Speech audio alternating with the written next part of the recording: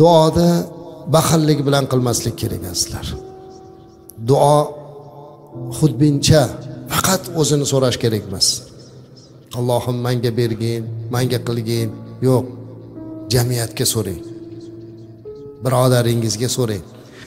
Siz bir g'oyibdan bir do'stingizni, bir birodaringizni, vatandoshingiz haqqiga duo qilsangiz, g'oyibdan o'sha duo qilayotganingizda farishta Allohim bunga nima so'rayotgan bo'lsa, bunga ham shuni ber deb turadi. Siz yaxshi narsani so'rasangiz, sizga ham shu. Shuning uchun ko'proq duo qilaylik, vatanda duo qiling azizlar. Butun musulmon ummatini duo qiling.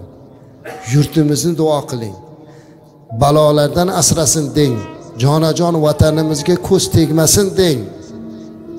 Bolalarimiz, farzandlarimiz baxtli, saodatli unib o'ssin deb duo qiling.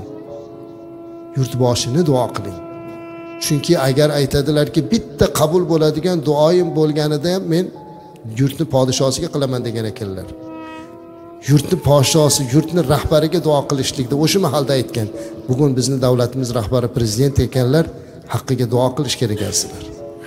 Chunki bizni duoyimiz ularga dalda bo'ladi. Hammani haqqiga duo qilaylik. Oilangizni, bola chaqangizni haqqiga zikr duolarda qo'shib, hammani duo qilib, eng asosiysi qalban hajga tayyorlanib turaylik azizlar.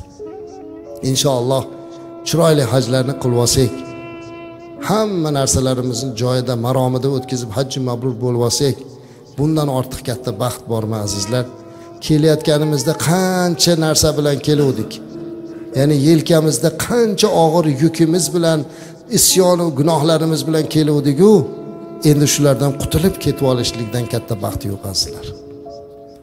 Kim hajji mabrur bo'lsa, qaytayotganda xuddi bir onadan tug'ilgan go'dakdek begunoh bo'lib qaytarkan, mana shu imkoniyatdan foydalanib qolaylik.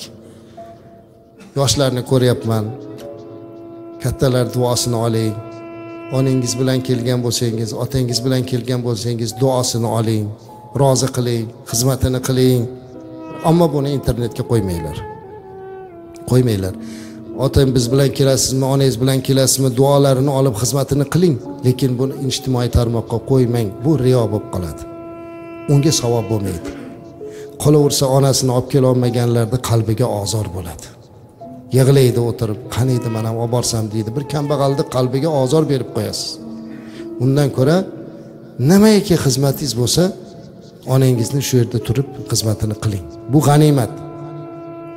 Mana oldimga bir kuni bir odam kirib aytdiki, odamlar ba'zida o'ylamasdan, bilmasdan gapirib qo'yadi-da. Men dedi shu hajga borsam dedi. Men u kishining oldin hajga borganini bilar edim. Men aytdimki, siz hajga borgansiz, hoj aka desam, ha to'g'ri, unda onam bilan birga boruvdim. Lekin o'sha Ka'bada onamni yetalab yurdim, onamga qaradim, u qildim, bu qildim. Xullas men rohatlanib ibodat qila olmadim. O'shinga boshqatdan borsam deyatuvdim. Boshqatdan haj qilsam deyatuvdim. U kishi shu gapni gapiryapti-yu, meni ko'zimdan yosh oqyapti, to'xtata olmayapman. Men aytdim, "Ey birodar, to'xtang. Bundan ortiq rohat bormi? Ka'bani oldida onasini qo'lini ushlashdan ortiqroq rohat bormi? Ka'bani oldida otasini qo'lini ushlab duosini olishlikdan ortiqroq rohat bormi? Men shu rohatni topolmadim deyapsiz.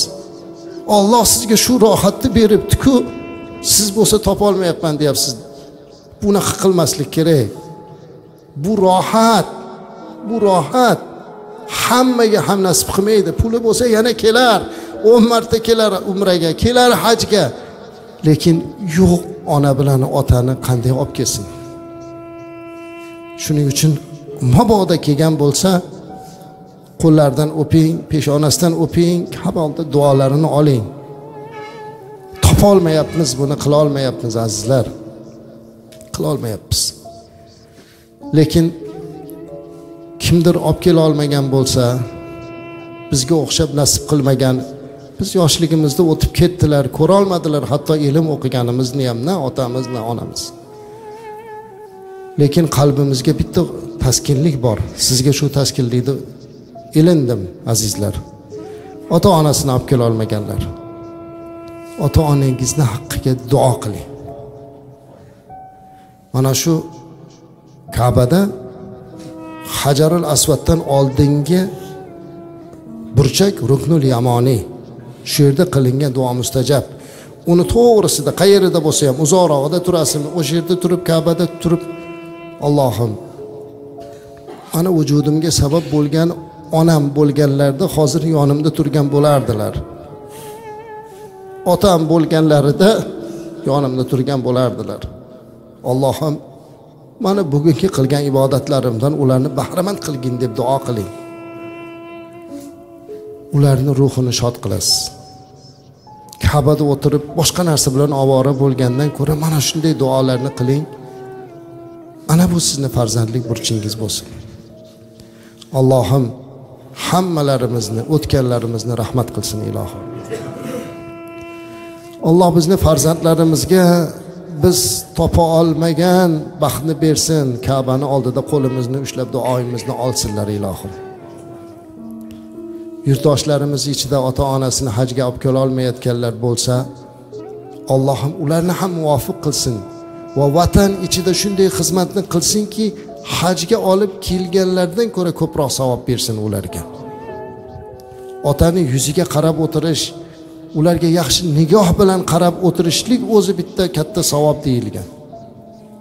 Bolalar mana shu xizmatlarni qilib tursalar, inshaalloh bundan da go'zal xizmat bo'ladi.